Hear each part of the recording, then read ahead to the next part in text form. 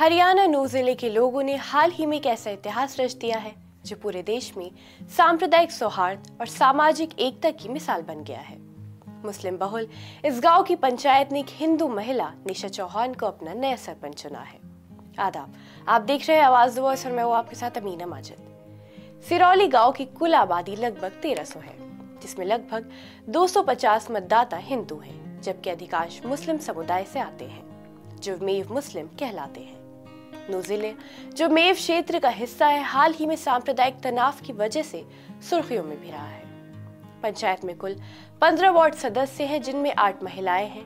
2 अप्रैल को पंचायत की एक बैठक में उपस्थित 11 सदस्यों ने सर्वसम्मति से 30 वर्षीय निशा चौहान को सरपंच के रूप में चुना।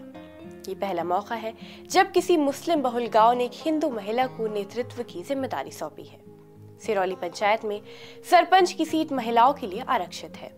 दिसंबर 2022 में हुए पंचायत चुनावों में सहाना नामक महिला जीती थी, लेकिन कुछ समय बाद उनके कुछ दस्तावेज फर्जी पाए जाने पर उन्हें बर्खास्त कर दिया गया था।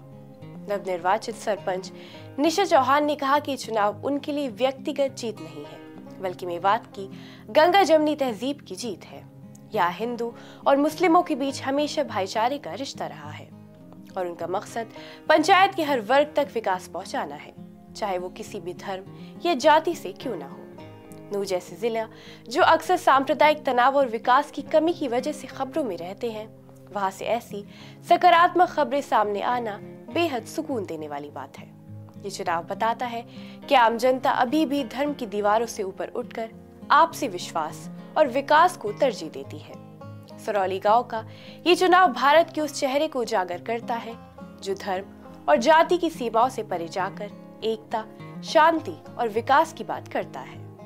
जहां देश में सांप्रदायिक तनाव बढ़ाने की कोशिशें हो रही हैं, वहीं मेवात के इस गांव से उठी ये आवाज उम्मीद की एक किरण है। ये साबित करती है कि अगर इच्छा शक्ति हो तो मतभेदों को मिटाकर भी सौहार्द की मिसाल कायम की जा सकती है।